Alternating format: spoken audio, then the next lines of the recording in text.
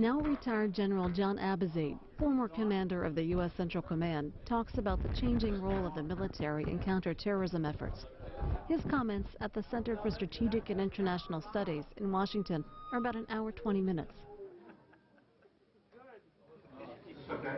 You can hear me. Oh, yeah. All right.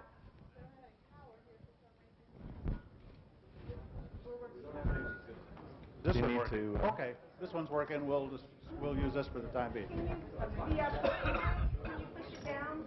Yeah, we'll get it out of the way. And I'll ask. Go ahead, sit down, John.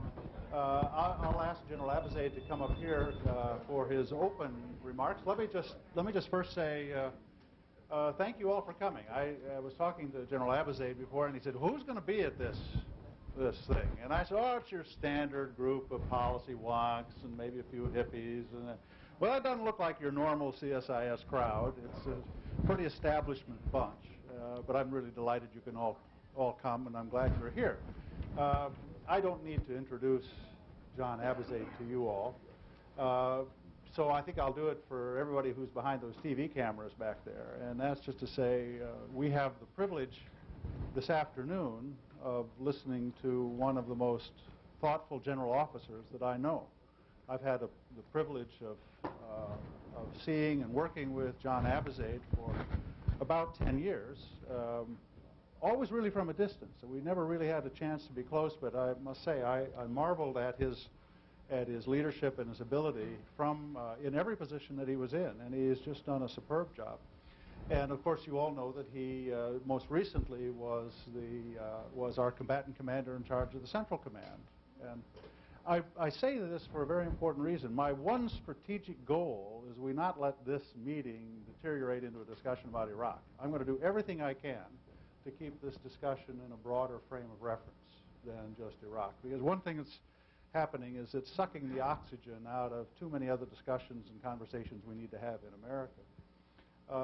John is a gifted linguist, a gifted general officer. You know of his leadership in many different domains. He's got some former Army general officer friends of long standing who are here today. I want to thank you. Gordon, thank you for coming. You and Ted, I'm delighted to have you here. And we're going to make this a very vivid dialogue between you and the general. He's going to offer some preliminary observations, and then I'm going to start off with a couple of questions, and then I'm going to pull on all of you to make this a lively afternoon. So let me say thank you to you, John. Thank you for coming, and I introduce and welcome the General John Abizaid for joining us today. Thank you.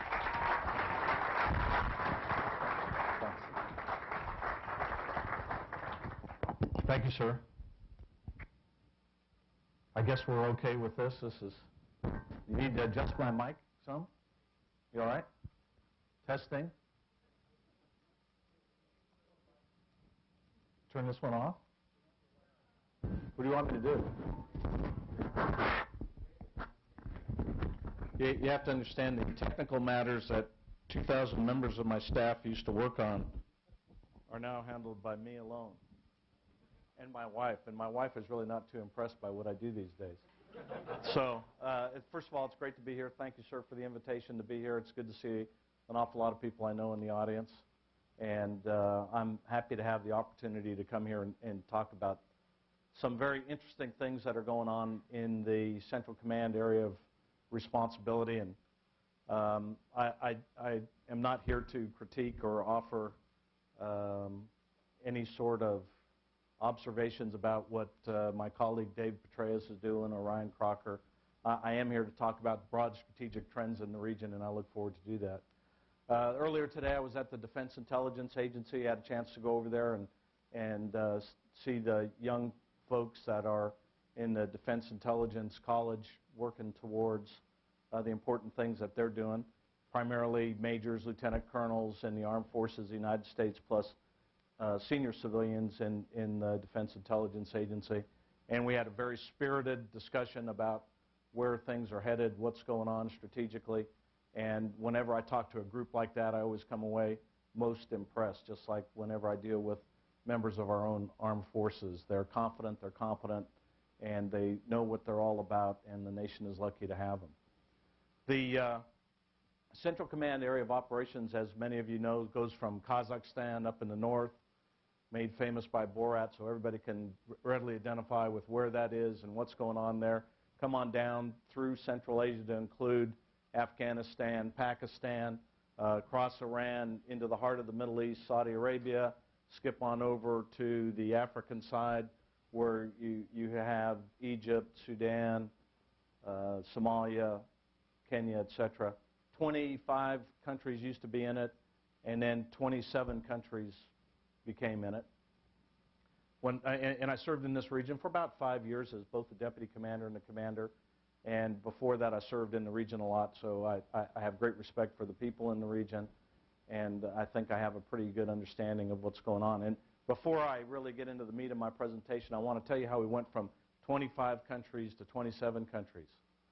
And back in, I don't know, maybe 3 years ago, Secretary Rumsfeld called me up, and he said, John, or maybe he said General Abizaid, I can't recall, but he said, I'm thinking about giving you Lebanon and Syria, which were in the European Command area of responsibility, and what do you think about that? So, those of you who think there's no dialogue, you're absolutely wrong. I said, well, Mr. Secretary, thanks for this discussion. I'm of the opinion that there's a war in Iraq, a war in Afghanistan, a lot of activity in the Horn of Africa, terrorism endemic throughout the region, a lot of other problems, and all things being equal, I'd just as soon not have them transferred to my area. And he said, well, thanks very much, you've got them. And I said, okay, I understand. While you're at it, why don't you give me North Korea? And he did not do that, but I just wanted to make sure you understand that between senior level people at the highest levels of our military and political interface, there is a lot of dialogue that goes on. And it's important for you to understand that.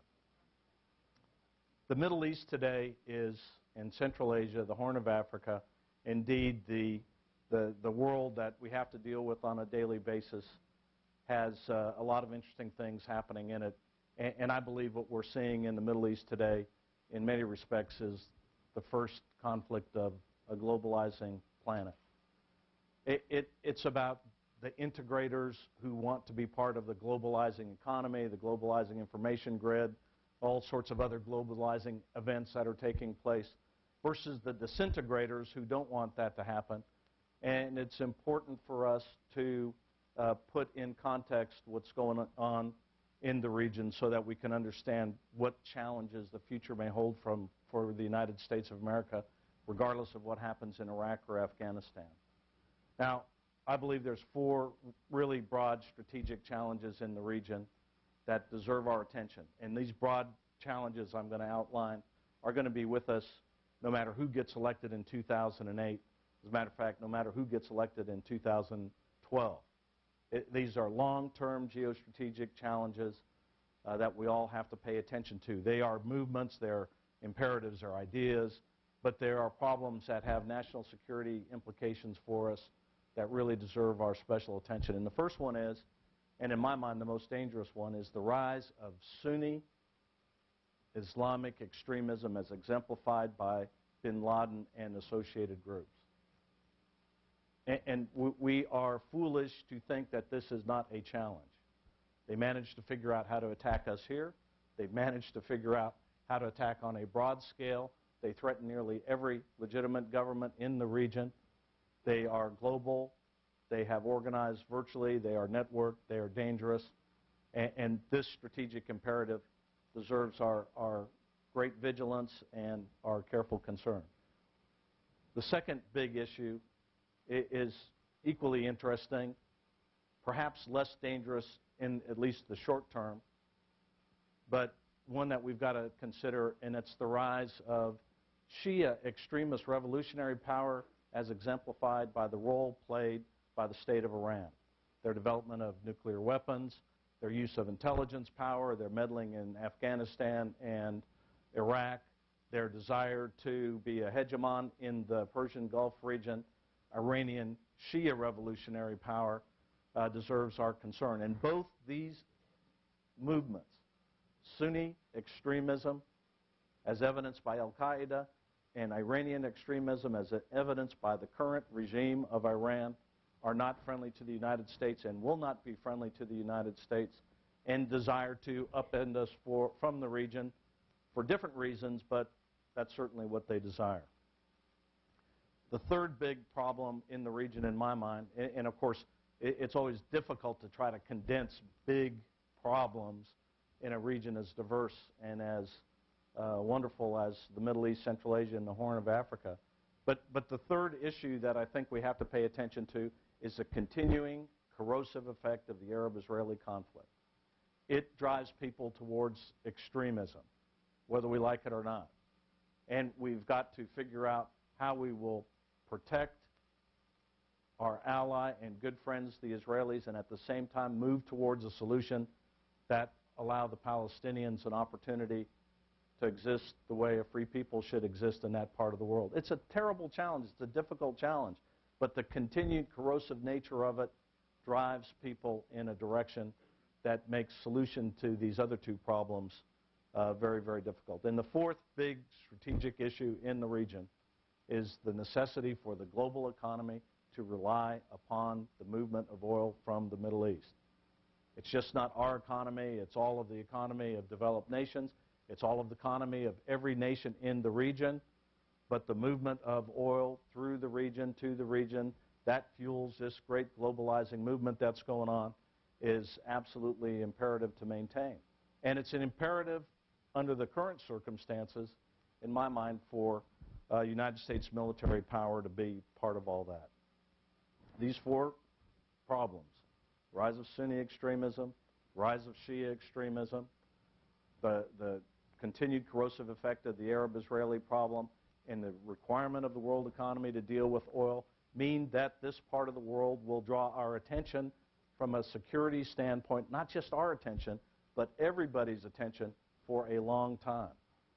And the challenge for us is how to shape the outcome for the good of the integrators and the globalizers, and at the same time not give credence to these ideas and ideologies that seek to dominate the region and impose a dark vision of what's going on out there. Now there's two interesting problems that are associated with all of this that I think are somewhat different from the way things were 10 or 15 years ago. I mean, Sunni extremism has existed before, Shia extremism has existed before, the Arab-Israeli conflict's been going on for a long time, the flow of oil and the requirement to protect, all of these continue. But there is an ideology, especially in the form of al-Qaeda, that if it ever goes mainstream, will drive us towards a very, very difficult choice about how much we have to be involved in there. And it's absolutely essential that we understand that the vast majority of people in the region do not want al-Qaeda extremism to become mainstream. They don't regard it even as being Islamic. But it's still resilient, it's dangerous, it's difficult, and it's managed to figure out how to dominate the virtual space in a way that all of us need to contemplate and figure how to contest. These movements, these problems are accelerated by the problem associated with the proliferation of weapons of mass destruction. And it's a very interesting problem when we think about it, because we discredited the argument as a result of going into Iraq and really not finding the amount of weapons of mass destruction that we thought were there. Yet there is absolutely clear evidence that al-Qaeda, Iran, and other groups in the region seek to acquire or develop a weapon of mass destruction. And it's absolutely essential that everybody understand that if they do, especially al-Qaeda, they will move to bring it here. And while people say this is certainly not something that can happen easily, I would say if there is a general security problem associated with events in Pakistan, which I don't anticipate, but what could happen, and the Army tends to have a problem with the security of their nuclear devices, it's not out of the realm of possible that such a device could find its way into the hands of extremists. And the extremists have said on I don't know how many different occasions that they intend to bring a weapon of mass destruction our way, whether it's direct to try to bring it in within our borders or indirect to try to bring it where it would influence the the movement of oil in the region or would have a big impact in Europe remains to be seen. The virtual space and the development and proliferation of weapons of mass destruction mean to me, whether we like it or not, that there is a long struggle ahead in the region against extremism, not just for our good, but for the good of the people in the region.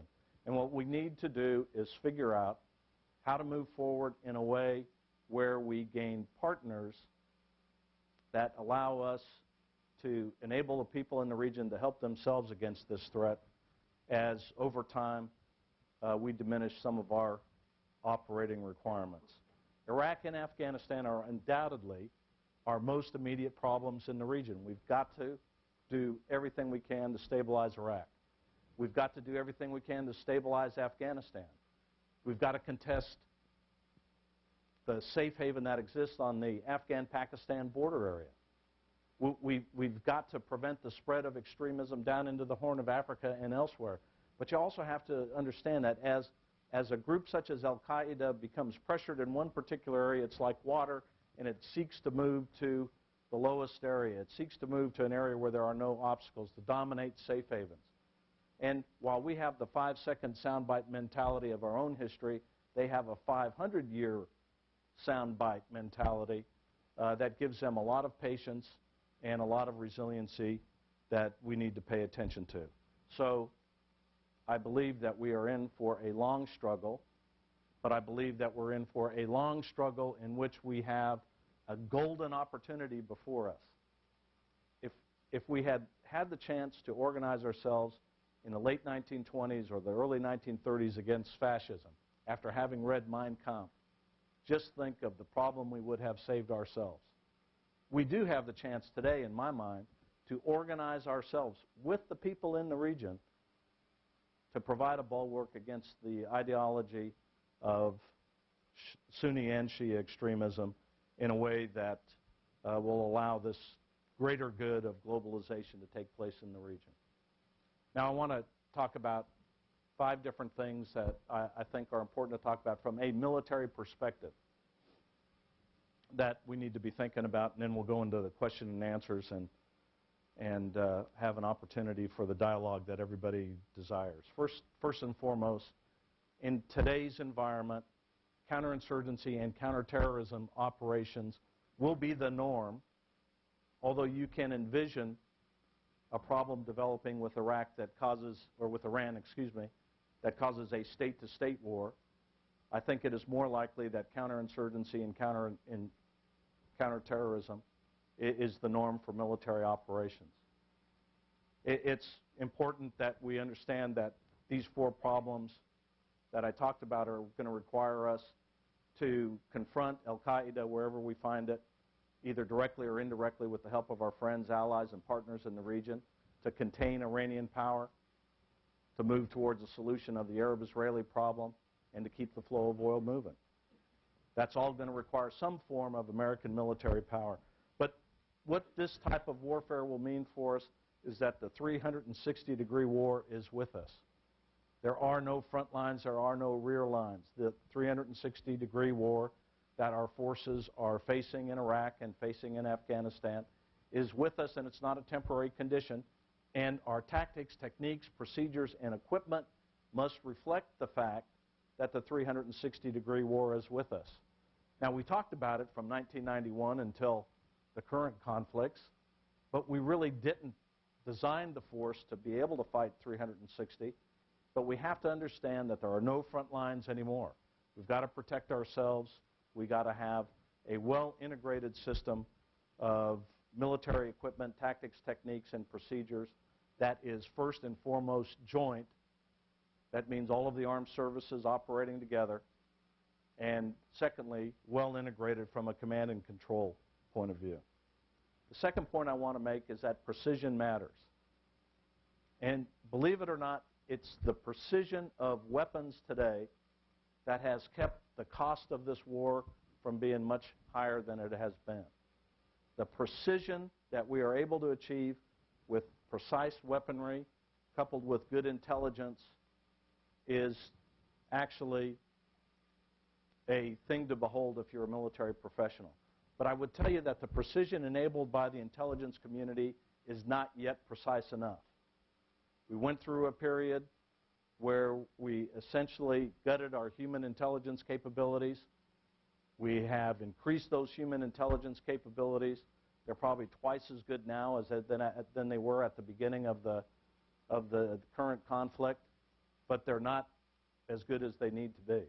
And so as we move forward, precision intelligence has to be coupled with precision weaponry in order to be able to get at these targets without turning people in the target areas completely against us. The third point I'd like to make on things that we need to do differently have to do with the need to establish interagency commands that are empowered to take action. This war will not be won by military means alone. Every military commander who has been in the region has said that. They're not saying that because they don't think that they can win. They're saying that because they want help. They need to have help from the diplomatic, political, economic, informational, and intelligence parts of the United States government in order to put it all together in a way that allows for unity of action, yet unity of action in a decentralized way. Now, currently in the field, military commanders have the authority to act locally. But most of the other agencies of the U.S. government tend to go back through Washington to discuss how they should operate, get their instructions, et cetera, et cetera.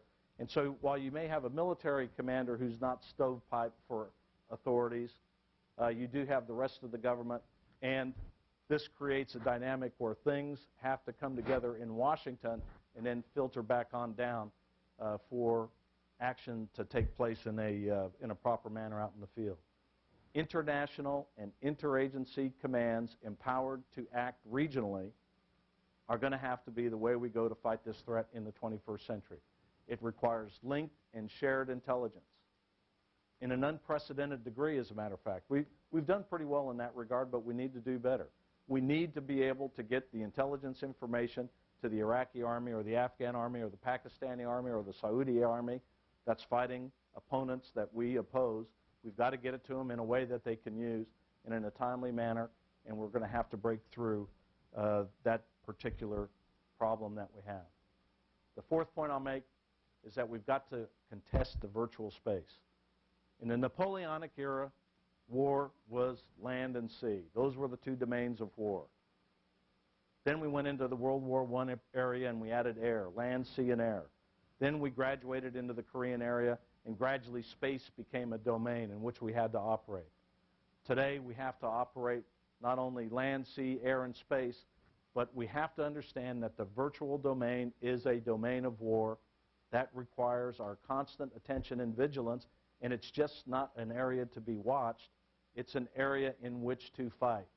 Al-Qaeda gains great strength from its ability to organize, proselytize, equip, train, you name it, within the virtual space, and they often do it sometimes with servers and internet providers that are right here in our own country that are unwittingly acting as gateways to this enemy. This virtual space is a tough area for us to operate in because we understand we've got to protect the privacy of our own citizens as they do their legitimate business there. But on the other hand, it just has to be a matter of national priority to figure out how we contest the enemy's, what I consider to be uninterrupted space or uninterrupted presence in that space. It gives them a organizing ability and a strength that is unprecedented in any terrorist organization's history.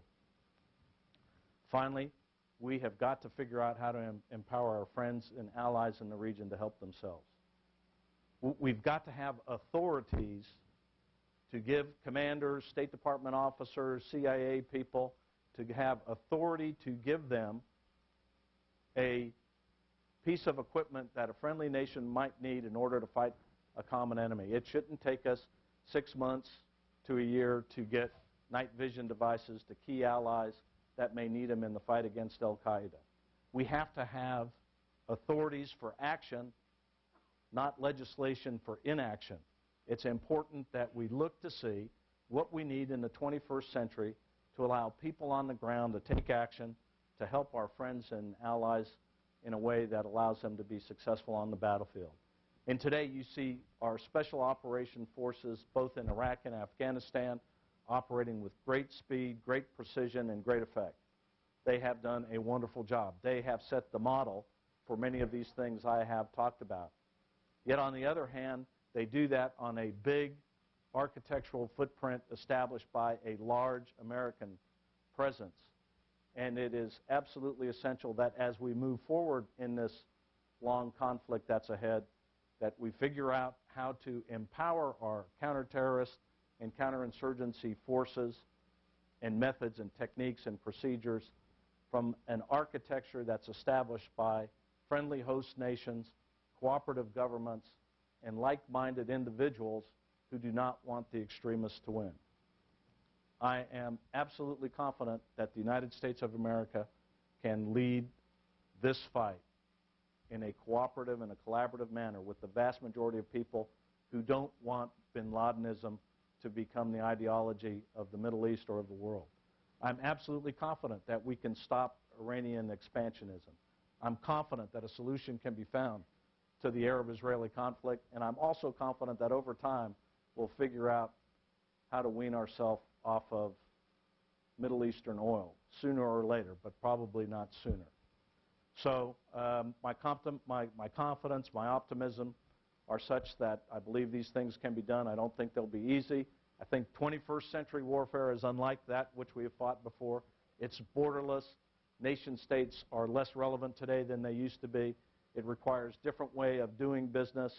But if we fail to adapt our national security structures to deal with the 21st century problems that we're facing today, we could inadvertently move into a period of a major conflict in the middle of the 21st century that none of us would want or could afford.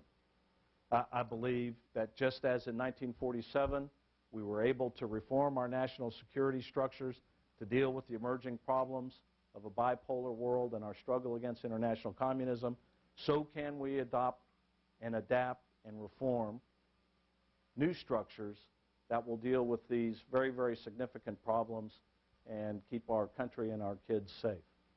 I want to close by saying that over the past nearly 5 years in the middle of the Middle East, I have just had great, enormous faith and confidence in our young men and women that have been over there fighting. They are brave, they're courageous, they deserve your continued support, regardless of what you may think of the politics. We sent them there to do the nation's job.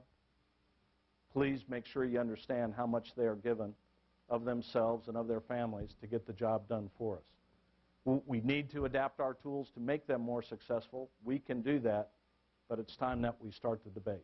Thanks.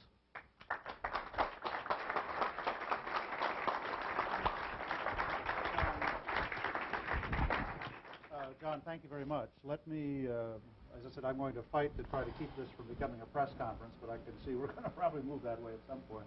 Let me ask a couple of questions to begin with, and then I'll open it up. First, I mean, you basically said we need to mobilize ourselves to fight this global campaign against Islamic extremism. My question to you is, it doesn't seem, from what I hear, people in the Middle East don't think that we're fighting extremism. They feel we're fighting mainline Islam. Is that a misperception on our part? If not, how did we get there? What do we do about it? Can you expand on that? Yeah, I mean, even adding the word Islamic extremism or qualifying it to Sunni Islamic extremism or qualifying it further to Sunni Islamic extremism as exemplified by governments such as bin Laden all make it very, very difficult because the battle of words is meaningful, especially in the Middle East to people. And so I do think, and I had a chance to get to know many of the regional leaders out there, they clearly understand that we collectively are fighting a problem that they don't want to win and we don't want to win. The problem that we have to face is how are we going to work together to keep this problem from becoming mainstream. You know, it was mainstream once before. It was mainstream down in Afghanistan or up in Afghanistan. use soccer stadiums for execution, all sorts of problems associated with women participating in societies. You know, you just look at this joyless kind of a world. People have experienced that. They don't want it to win. I think I saw in the Washington Post today an article about what Hamas is doing with people in Gaza.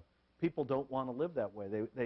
They have the windows open caused by the information revolution, and they want to figure out how within their own cultural context they join that. And I'm absolutely convinced that the vast majority of the people don't want the extremists to win. They don't want them to win in El Anbar province. They don't want them to win in the Pashtun areas of Pakistan. They don't want them to win in Saudi Arabia. But the key is to figure out how we don't turn this into Samuel Huntington's battle of civilizations, and we work towards an area where we respect mainstream Islam. There's nothing Islamic about bin Laden's philosophy. There's nothing Islamic about suicide bombing. I mean, you know, I believe that you know, these are huge difficulties that we need to overcome. This notion of Christianity versus Islam. It's not that. It doesn't need to be that. But if this ideology becomes mainstream, just as if fascism became mainstream in Nazi Germany, it could prevent us or provide us with, you know, our worst nightmare. Can I press, though? Have we worked out the national narrative? You can press, but I've been pressed by people harder than you. You know, in the Senate and elsewhere, you know. No, I'm sorry. I'm sorry. But have we worked out the national narrative? I mean, during the Cold War, we all knew what we were doing, and the whole world had a clear conception of it. Have we got that here, and does it connect? No, yeah, it's a great question. I'm sorry. Does it connect with average citizens in the Middle East? I have a feeling we haven't found that national narrative yet. We haven't found the national narrative. They haven't found the national narrative. But there are points of commonality, and we need to start talking about how we're going to solve the common problem. There's clear recognition that there's a common problem. People in Dubai do not want to live under Sharia law. John, you said that, you know, the world is now divided between integrators and disintegrators. This might be a bit too provocative, but did America move from being an integrator to a disintegrator after 9/11? America moved to protect its vital interests as it saw it was threatened. And again, you know, as a soldier, I'm not going to comment on how we got to where we got, but I will comment on the clear fact that we have a broad global problem, not only for us, but for our European friends, for our East Asian friends. It's really this problem of a very, very deadly ideology continuing to stay alive in a way that could gain adherence or gain mainstream credibility somewhere is one that we all need to pay attention to. We let it happen when the Bolsheviks came to power. We let it happen when the fascists came to power. In the 21st century, we can't let it happen now, especially when we have the opportunity to bond with the people in the region to work together to prevent it. It requires a lot more bridging of the cultural gap. And today, when I was really gratified talking to the young officers at the Defense Intelligence Agency, and both civilian and military, on how much work they're doing to try to understand the culture. And it's kind of like that movie, Cool Hand Luke. What we have here is a failure to communicate. Well, what we need to do in the 21st century is figure out how we're going to bridge the cultural and communication gap, and there's no reason why we can't. But this isn't World War II. The idea that there's some army or capital to capture or destroy in the Middle East is wrong. There is an ideology to face and defeat. And that's what we need to get on with. We need to get on with the battle of ideas, and it requires more application of national soft power, international soft power, than's come to bear so far. Okay, colleagues, let me open up. Oda, let's start with you. Microphone's just coming, please. The challenge of fighting extremism requires two other variables that you didn't mention. One is how to create jobs, how to create prosperity. The Middle East is full of young people. So one way of winning against extremists, one way of wiping out Al-Qaeda is how do you create jobs. Secondly, we need to create a liberal political environment in the Middle East These are two factors that are crucial to winning the battle against radicals and extremists. Well, sir, John, do you want to say? You go right. Go ahead. Oh, I see. You're lining up the next question. I think I'm overpowering the system again. Okay. I apologize. No, it's okay. It's probably me. Ever since I've been to Nevada, I've been talking louder. I'm living in Nevada. It's a lot like the Afghan-Pakistan border area. And it's a very good area. I like it. And wonderful people, etc.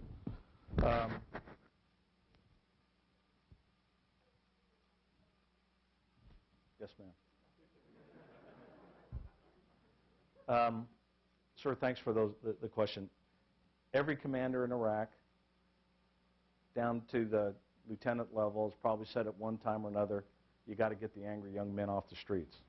Not only did they say that in Iraq, they said it in Bosnia, they said it in Kosovo, wherever we've been, whatever failed state we've been to since the end of the Cold War, we've said that. And that's absolutely essential. And, you know, there's an idea out there, and it's debatable. And I understand it's debatable. The idea is first you must establish security, then economic activity can take place, then political activity can take place, and that these things are sequential. I think that's not true in the 21st century, especially in this type of war. You've got to come to a solution that allows for economic activity to take place, even though there's huge risks associated with it. We can't wait for things to get better. We need to invest in Iraq now. We can't just invest in Kurdistan. We've got to invest in Kurdistan, in the Sunni areas.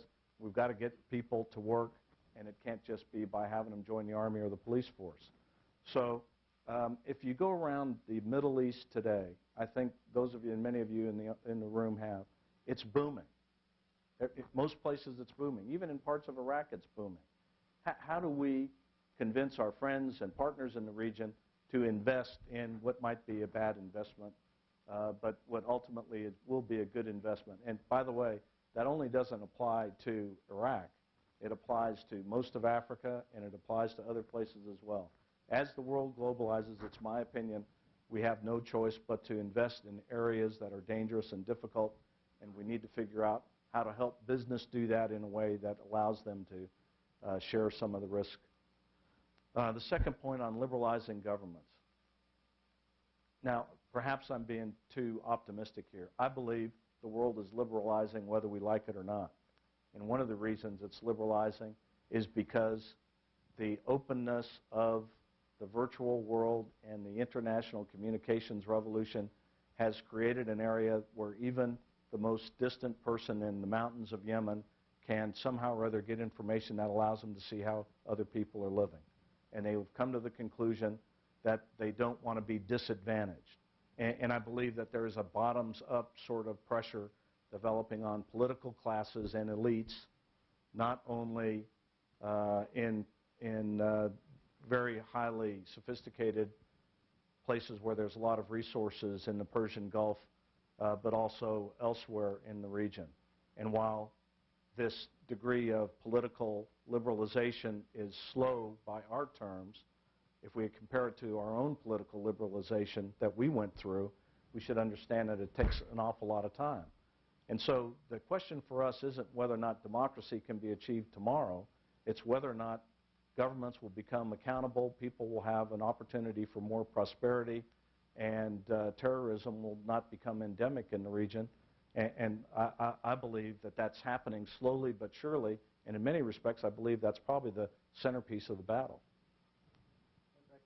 Test 1, 2, test 1, 2. This one's working. Right okay. there, Dan. Can we get right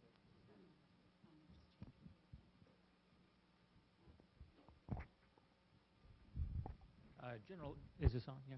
General Abizaid, as you know, aside from the Palestinian-Israeli conflict, a major source of irritation for people in the Arab world is the large U.S. military presence in the region. So I'm wondering if you can address the issue of how the United States can secure its vital national security interests in the region without, maintaining such a large, for lack of a better term, imperial footprint in the region. 170,000 troops in Iraq, large installations in Kuwait, UAE, Bahrain, Qatar, etc. Yeah, look, I think I've said for a long time that I think our footprint is too large there. So I don't disagree with the premise that we have too many forces in the region. But I also believe that there are many places in the region where there is a need for American military power in collaborative manner to cooperate with the vast majority of nations that are out there. And so while you have to understand that I also said Iraq has got to stabilize and Afghanistan's got to stabilize. These are two very, very hard and difficult tasks, obviously, that will take a lot of time. But I do believe that over time, those numbers of American forces can come down. And the reason I say that is, first of all, for the cultural reasons that all of us know. Matter of fact, it's not just cultural in the Middle East, it's cultural anywhere. If there were a bunch of tanks in downtown Washington, D.C., people would get tired of it really quickly. Well, the same sort of problem exists. And we've got to work over time to get the force presence down, turn over more and more responsibility to the good people of the region that are interested in fighting for their own good, for their own reasons, collaboratively work with them in a way that allows us to share resources and capabilities, tactics, techniques, and procedures. It means that it's got to be easier to train their forces.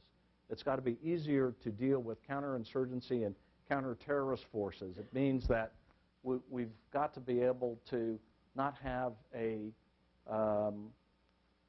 foreign military sales program that's so bureaucratic that it's almost impossible to sell anybody anything that they need to defend themselves. So I think that there are collaborative ways that we can work with the people in the region, and the vast majority of them want to work with us, if we can just keep, over time, reducing the footprint from what it is now. You remember on the 10th of September 2001, we had about 25,000 forces in the region. Question is, how do we start moving back down in that direction? And I believe that we can. I believe people want us to. But I'll also say that even in the places where people consistently say they want us out, when you say, do you want us out tomorrow, they don't want us out tomorrow. They want us out when they're able to take more control of themselves. I mean, it's kind of the central challenge. It's not really the argument about whether we stay or whether we go is really a false argument. First of all, it's a tactical argument about Iraq only. The truth of the matter is we have got to find a way to stabilize Iraq and Afghanistan in a way that our resources can last, that our army can hold together, that the people in the region take more responsibility. But if we think we can control the Middle East, we're wrong. We can't control it. We shouldn't try to. Any great power that's ever tried to control the Middle East, from the Romans through the British to many other great powers, they've all found to their great peril that control is not the operative word. Shape. Now there's a word that I think we might all be able to live with. And that requires a sense of mutual shared interest against common enemies. Lloyd Hand, right here. And if I just may, sir, just one other point. I'd also say that air and naval power, they have a way of being less intrusive. And there's this other power known as the power of our special operations forces that trains people. That's also very unobtrusive. But we have to enable those collaborative efforts and not get in the way of them. We have to make them happen as opposed to what we've done in the past, which is prevent them from happening. General, first, thank you for your leadership at CENTCOM and for the country and for sharing your views with us. Going to your second strategic concern, Iran. I'm sure you're aware of the proliferation of articles leading to the effect that we are poised to attack Iran. Would you comment what your assessment is of the likelihood and the consequences of that occurring? Certainly, I'm I'm not going to talk about any contingency plans that I was involved in. Nothing I'm going to say here is going to be classified, and I want to give you my opinion, which should not be construed to any longer represent an official source. I'm very unofficial. I believe that we can contain Iran. I believe that Iran is a dangerous power with a government that's in control, that happens to be dangerous, that seeks weapons of mass destruction, that is reckless in the way that they use their intelligence service, that has caused casualties to numerous forces besides our own in the region, and it's also a nation that seeks to dominate their neighbors. And I believe that the United States, with our great military power, can contain Iran, that the United States can deliver clear messages to the Iranians that makes it clear to them that while they may develop one or two nuclear weapons, they'll never be able to compete with us in our true military might and power, and they shouldn't underestimate either our resolve or our ability to deal with them in the event of war. We need to understand that war in the state-to-state sense in that part of the region would be devastating for everybody, and we should avoid it, in my mind, to every extent that we can. On the other hand, we can't allow the Iranians to continue to push in ways that are injurious to our vital interests, which is a very, very tough thing to do, both diplomatically and militarily. I can assure you, however, that the vast strength of the United States of America can deal with an Iranian challenge. I can assure you that while the vast majority of the government is hostile, maybe even the word vast majority is not a good term. It's clear to me from looking at an awful lot of different open sources that people in Iran are open to the idea of joining the rest of the world, and we should contain this government while giving the people in Iran the opportunity to move in a direction that will eventually not only free themselves, but allow them to be a member of a vital part of the globalizing economy. And I think they're moving in that direction. I hate to urge patience, but we should be patient. We should be patient. Arno Dvorskrov up here. Just a second, Arno, the microphone. General, in relation to your reply to this last question, I assume that what you mean to say is that we have to learn to live with an Iranian bomb. As the French foreign minister was saying yesterday, there are two options: learn to live with the bomb or bomb Iran. I would not assume that I assume to say that. I think that it's not inevitable that Iran will make a breakthrough. It's likely, but it's not inevitable. We should not endorse any sort of a development of a nuclear weapon, not only for Iran, but for anybody else. This problem with weapons of mass destruction is going to be all of our worst nightmare if we keep allowing it to move in the proliferating directions that it's moving. More and more unresponsible people having access to the weapon of mass destruction is not what any of us need. And clearly a development of a bomb in Iranian hands will cause other nations in the region to move in a like direction, and in a very unstable region like that, that is not good news. We need to press the Internet as hard as we possibly can, and the Iranians to cease and desist on the development of a nuclear weapon, and we should not include any option that we may have to deal with it. And so I think there are ways to live, as the French president probably meant. There are ways to live with a nuclear Iran. Let's face it, we lived with a nuclear Soviet Union, we've lived with a nuclear China, we're living with nuclear other powers as well. But I would tell you, I think it's very, very important that we do what we can to prevent that from happening, and we should not underestimate our ability to do that. In the back, below the cameras, last row. George Devendorf with Mercy Corps, an international relief and development organization.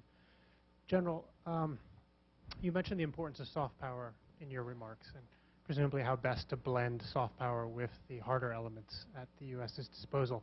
I'm curious, as some of your former colleagues are busy today establishing a new regional command in Africa, what sort of advice would you offer them, or perhaps maybe you are offering them, as they wrestle with the challenges of trying to combine those various elements in pursuing U.S. national interests in Africa?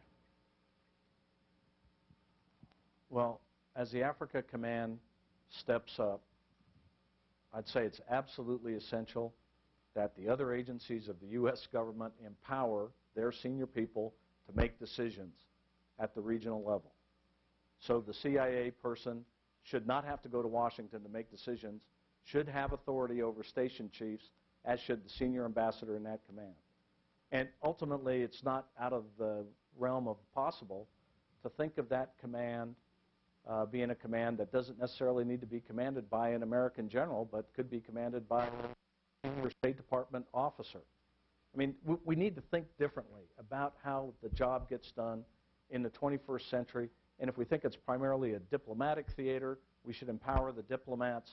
But if we're going to do something like that, we need to take all those people that are going to go into that business, and we need to say, forget everything you've learned over the past 25 years of your careers that's told you to protect your turf and your agency and your bureaucracy, and think now about how we're going to make this command work for the good of the nation, and at the same time work within the strength of your agencies. The bureaucracies need to be force providers. The joint commands need to be empowered not only militarily, but with the people that are in the region, or with the other agencies of the U.S. government.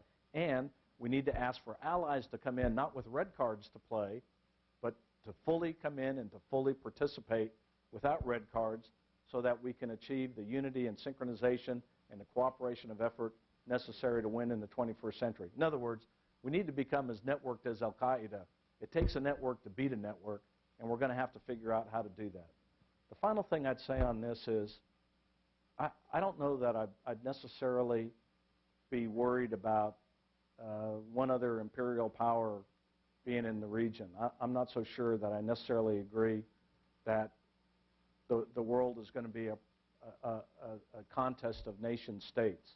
I think it's going to be a contest of globalizing ideologies and movements that may somehow or other be attached to the nation state. And that requires a different approach to the way things go. And in that sense, borders are less important. And finally, I'd also tell the guys in that command and the gals in that command, you need to tell the non-governmental organizations that they can't operate on a neutral battlefield anymore, because the enemy won't let them be neutral.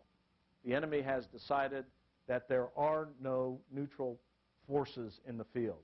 Al-Qaeda doesn't recognize the Red Cross.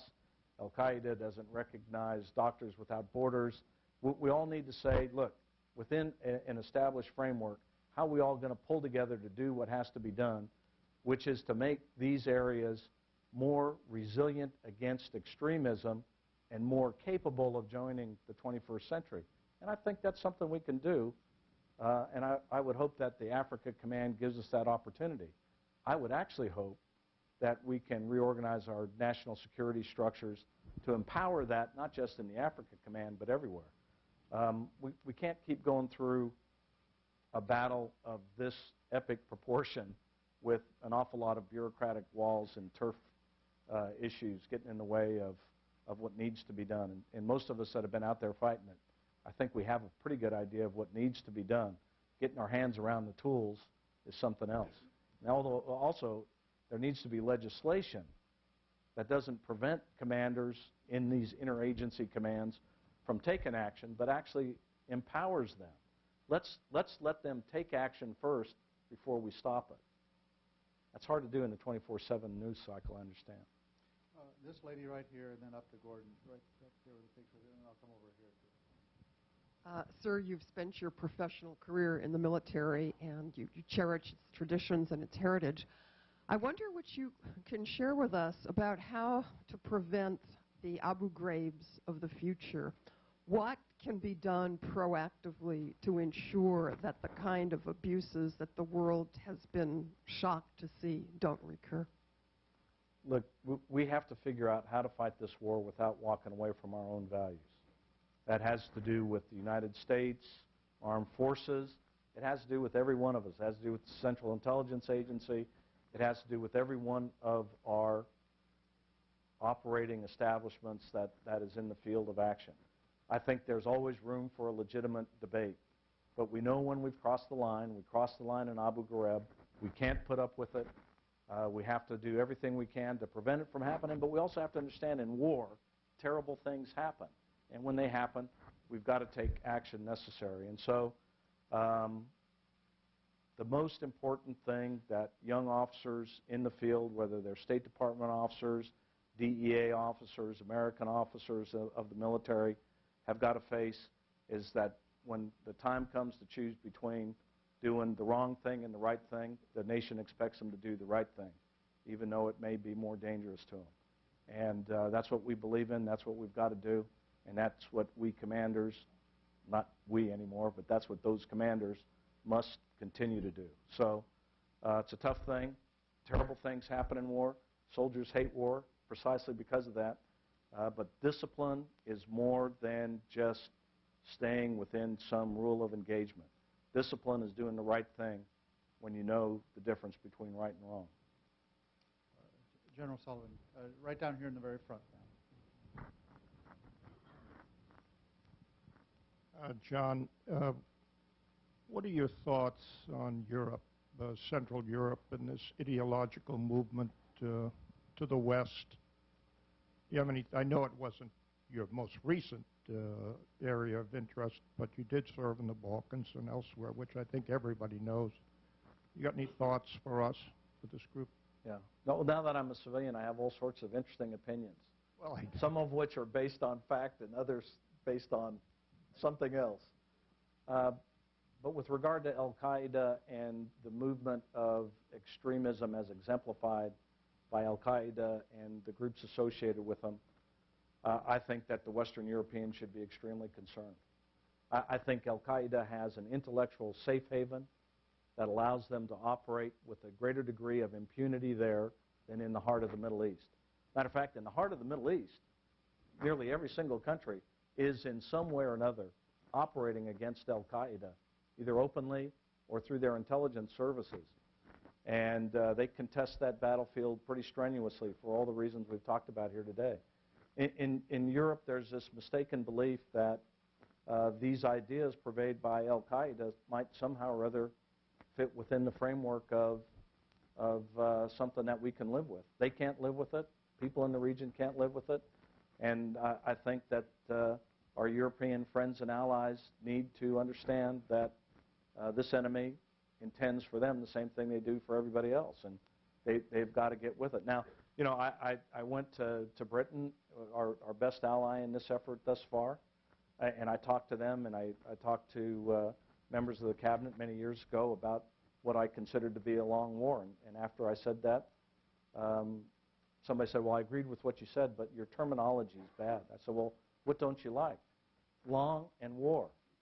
I said, oh, okay, but the enemy has a say, and the enemy tends to want it to be long and war. And the question for us is, let's call it something, and let's pull together internationally in a way that allows us to fight this struggle with concerted global action that protects our values, that allows people in the region to develop politically in a way that's I think, inevitable in the global environment, and devote national resources to that. It's not about a particular street in downtown Baghdad. It's about a global problem and phenomenon that needs to be confronted.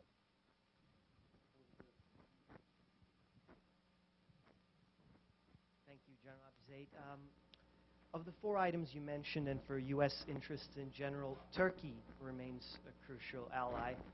But there remains one particular thorn on the side of U.S.-Turkish relations, which was in your area of responsibility, was the PKK presence in northern Iraq. Can I have some insight on this issue, and yeah, please. And why do you think that the U.S. hasn't been able to satisfy Turkey's requests in battling the PKK? Why do I think that the U.S. is unmindful of Turkish requests? Unmindful, no. I guess it depends upon your point of view. No, the operable word is to Turkey's satisfaction, I suppose. Yeah, look, I understand there's a lot of dissatisfaction. I understand, and by the way, I have great respect for our Turkish allies, and I certainly have worked very closely with the Turkish military. I respect the secular republic that they've built, and I respect just the great nation and all that we have done together. But this point of conflict over the PKK and the what's going on with the Kurds is a point that we're going to have to continue to talk about. And threats, I think, only make the situation worse, especially when you understand how much other work has to be done inside Iraq. You can only do so much. And I believe that we can find a way with our Turkish friends, President Talabani, President Barzani, that will allow the PKK problems from within Iraq to diminish. And I believe that they think it's in their interest to do so, and we've just got to figure out how to do it. I'm not saying it's an easy thing to do. I think we all agree that the PKK is a terrorist organization. We agree that it can't be allowed to operate. But there's also something that I would tell you that we all need to understand. I mean, we don't know everything, nor do the Turks, about where they are, where they operate, how they operate. And so just like the targeting issue on Osama bin Laden and Zawahiri is difficult, so is it on other things. So it's a very, very complex and difficult problem to solve. But I think a good, strong dialogue like that, which General Ralston has committed to, is the best way ahead, and we should pursue it. And I also believe that ultimately it will be American and Turkish relationship that moves forward together to confront this very great danger, not only to us but to the Turkish Republic. And I think, you know, we've had a temporary setback in our relationship, but I believe over time that our mutual common interest will move us together in a good way.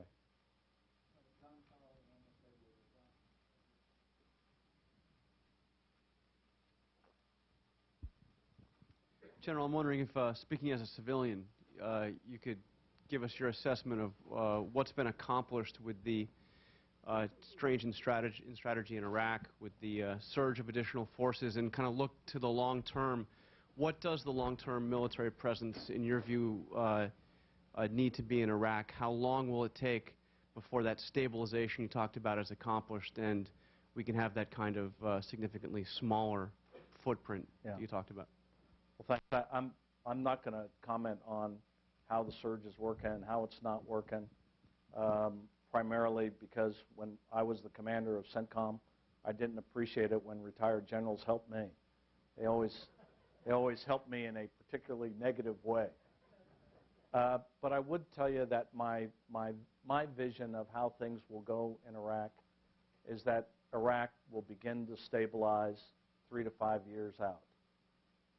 That doesn't mean that American forces need to stay there at the current level or increase. It could very well mean, and it should mean, that we require more of our Iraqi friends. We demand more of our Iraqi friends. We adjust our operating procedures, and we start to bring the force down over time in order to have a less obtrusive footprint. And I believe that if you listen very closely to what people are saying today, that there appears to be agreement. You know, this notion of when you bring the force down is actually the issue. And it's a timing issue. And what we should watch out for is having discussions about numbers become hard numbers at the top or the bottom, because military commanders need flexibility to deal with current conditions, and sometimes it might require that we have to reinforce, not just come down. Ultimately, the Iraqis want us out, and ultimately we want to get out. But ultimately, both of us want us to leave Iraq in a stable enough condition that it can be a member of the responsible nations in the region that doesn't harbor terrorism and promises a better future for its people. You know, I think that's a huge task, but I do think it's achievable. I believe If I were to say anything about the current team over there, they're a good team. And the team at CENTCOM is a good team.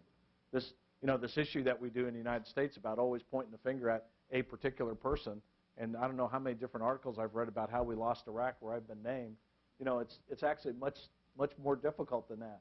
It's got to be it's actually got to be an international effort to stabilize Iraq, and it requires just not one-sided input from the United States of America, but international input and input from the Iraqis as well.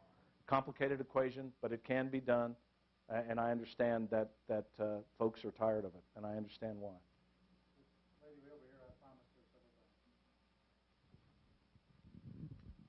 General Abizaid, I'd like to ask, given that General Petraeus and Ambassador Crocker said that the joint campaign plan that was concluded about a year ago indicated the military was failing to meet its goals on several fronts, and given that you did advocate against a major troop increase in Iraq, saying that the Army and Marine Corps couldn't sustain it and that the Iraqis needed to take charge, what would you have done in that situation?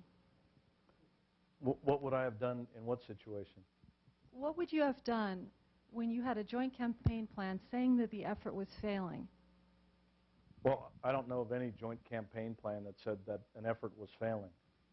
Look, I understand there have been huge difficulties in Iraq, and it's very interesting about where the difficulties come from. If you think there's a military solution to the problem of Iraq, I would beg to differ with you. The problem of Iraq is more political than it is anything else. A national unity government after the elections in end of 06, 05, the national unity government failed to materialize. From that point, things started moving in a very, very difficult direction. And I think that things are moving in a way that should allow the country to stabilize over time. But it can't be done with a surge of military forces only. It must be done with a surge of national and international power to bring the solution to the problem in a way that distributes effort as opposed to focuses it on an area that can only buy time. Military forces can gain time, but they can only gain time for other things to come to bear. And in particular, it has to do with governments. Now we're getting to the difficult questions of Iraq. Come on, Tom. You're not going to do that, are you? It's about Iran, actually. Oh, excellent. But first of all, Dr. Henry, thanks to you and CSS for hosting this, and General, thanks for your time. A minute ago, you talked about Iran. You said there are ways to live with a nuclear Iran. Knowing what you know of that government, does standard deterrence theory work, or in this environment would some new kind of deterrence regime have to be created? And to flip that on its head, should deterrence fail, or should the commander-in-chief determine that a preemptive strike is required, what sorts of efforts in advance, both hard and soft power, would be required to mitigate what would be possibly catastrophic risk to our national security elsewhere by attacking another Islamic nation? Well, look, we need to understand that I believe nuclear deterrence will work with the Iranians. That's my opinion. I mean, Iran is not a suicide nation. They may have some people in charge that don't appear to be rational, but I doubt that the Iranians intend to attack us with a nuclear weapon.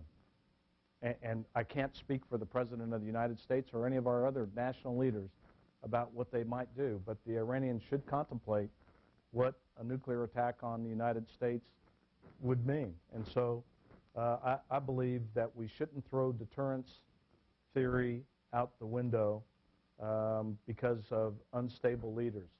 Just like the United States isn't subject to any one person doing any one particular thing with regard to our national security, neither is a giant country like Iran. There's an awful lot of people that want the Islamic Republic of Iran to continue to move forward in the modern world, including many, if not most, of their people. So I believe that we have the power to deter Iran should it become nuclear. But I'll go back to my point that I made with Arnaud. I believe we should do everything in our power to prevent them from getting a nuclear weapon, and that's a difficult road to move down. Right here, man right up there. He's coming here to your right, your left. Thank you. If you were asked to speak to a major Western oil company on the challenge for imperative to maintain the oil economy,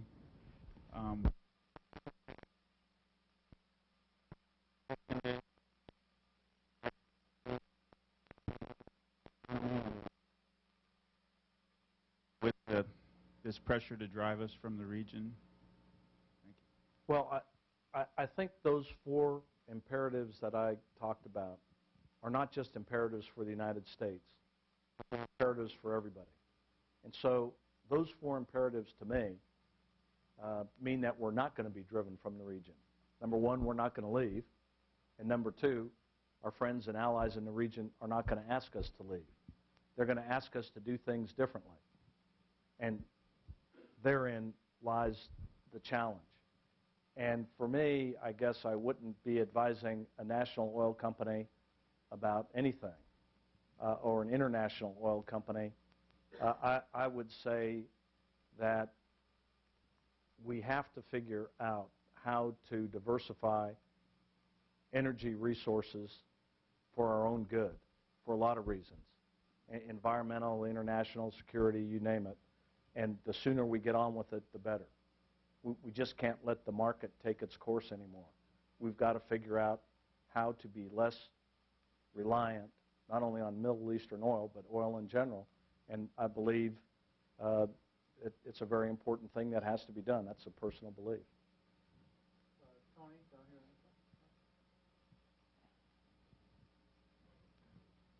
General, could you talk a little bit about the mistakes that were made in both the planning and execution of the invasion? Secretary Gates brought it up at the press conference the other day. He kind of opened the door when he said, we did make mistakes. General Pace was asked by a couple of us in press, and he acknowledged some of those. I'd like to get your perspective because you were there at the inception and well into it. I was there as a deputy commander at the earliest points. And look, I think I already alluded to many of them. You know, in my discussion about what we need to do differently. You know, certainly the 360-degree tactics, techniques, procedures that we need to adopt, that wasn't in place when we crossed the berm in March of '03. And again, I think I made the point in my talk that you have to ask yourself, when do we do what we say versus, because we said after the 1991 war that all war was going to be 360, yet we failed to harden up the force. It has a lot to do with resources, has a lot to do with different things, but you know, that's certainly a lesson that I think is very important. Another lesson that's very important is to make sure that we understand what resources we're going to commit over time for stabilization. And I think if it ever again becomes necessary to take down a country that's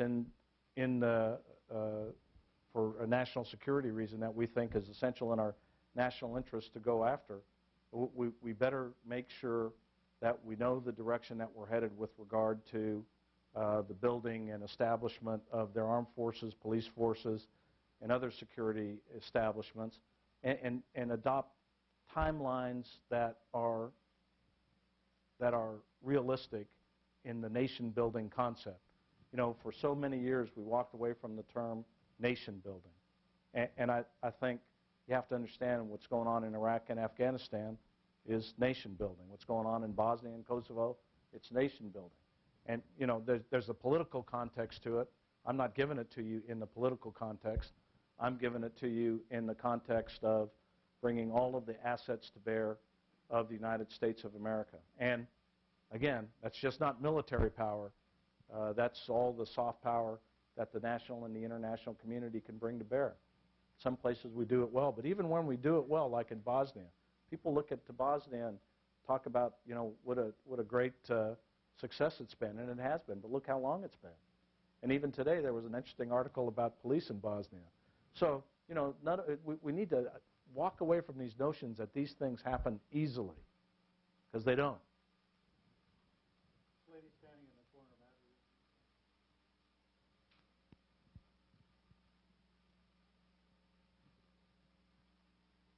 Sir, Can you hear me? Yes. Sir, you and I have met a couple of times and discussed Iraq, and as you know, at our last meeting, I basically said I've had to rethink everything I thought about Iraq. I wouldn't have asked you a question, but you just opened up the can of worms yourself. After 3.5 years working in the field in Iraq for a non-profit in Al-Anbar province, my work consisted of doing the civil-military relationship thing because I really did believe that we cannot be neutral over there. However, the biggest problem for individuals like myself who work very closely with our Marines and our soldiers in places like Fallujah, Ramadi, Talaf, or what have you, was having people who were in a somewhat better position to maybe be able to do something about what we were seeing on the ground, simply not having access to them. And it's become even more difficult in Washington. How do we change that? Because I find even in the forum over here, and I have come to CSIS many times, civil-military relations in Washington seems to mean interagency, yet I am speaking operationally from the entities that actually work in the field. How are we going to change the mindset on all sides and get people to talking sooner rather than later? Yeah, well, of course, it's the toughest thing in the world to do is get sides to talk that don't want to talk to one another because they think that they have reasons to kill one another that are more important than the reasons to cooperate. But on the other hand, we know from our experience, again, go back to Bosnia and Kosovo, that it can be done and it must be done, and you just got to keep walking down the road and helping people do it.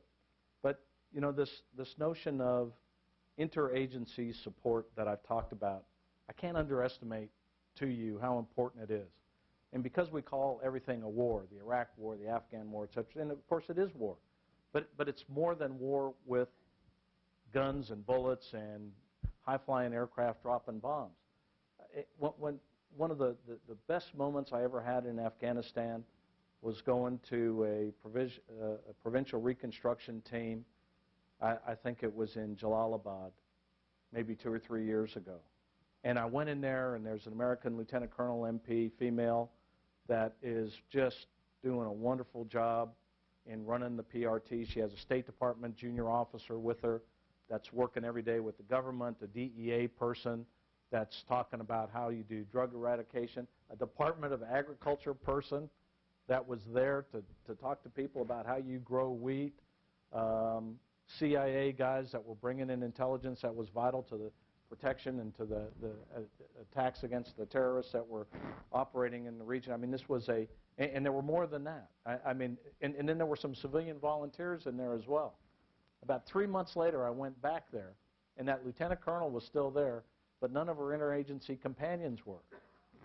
So we have to be serious about what we're doing nationally in order to allow things to move forward.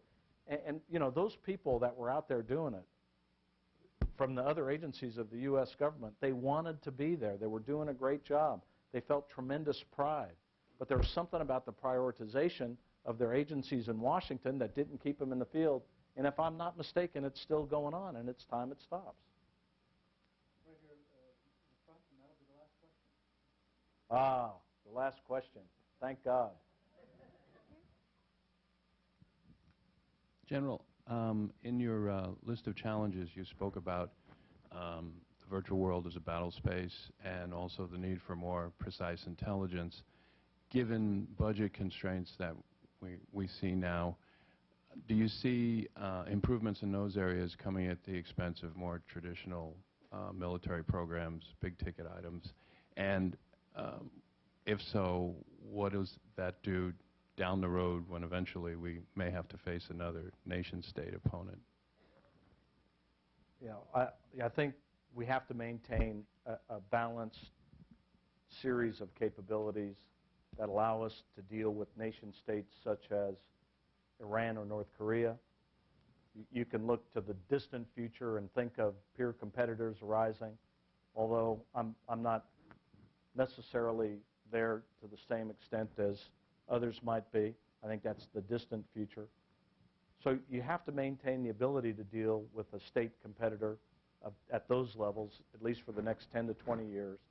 You have to maintain overmatch in other areas.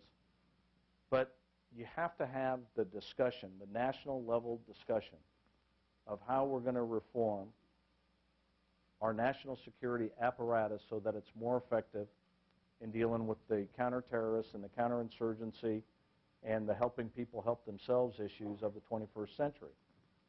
And I believe it's essential that we do that in a positive and an open manner, and that we not, whatever happens in Iraq, that we not take this as an opportunity to get ready for things that don't really concern us security-wise. In other words, the big World War III idea within the next 5 years or so. We're going to need forces to deal with these issues.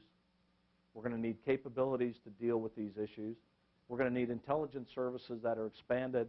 We need to have a State Department that is probably twice as big as it currently is, with people that are empowered to take action in the field and not write reports. I mean, we have wonderful, wonderful capability in this country with our young people. They can do anything, and they are doing anything. But we can't let bureaucratic turf insanity get in the way of the national good, and it's going to require that we not only have the debate within the government, but external to the government, and I would hope that in the 2008 platforms of both parties, part of it happens to say we need to have a new blueprint for reform of our national security establishment to deal with the realities of the 21st century and not the Cold War. Thank you very much. It's a great way to wrap it up. Thank you very much, John. Thanks, John. Thanks. Come on up and say hello if you have a moment to General Abizaid. Free to say anything else you want. Thank you, General. Yeah, thank you, sir. Thank you. Thanks very much.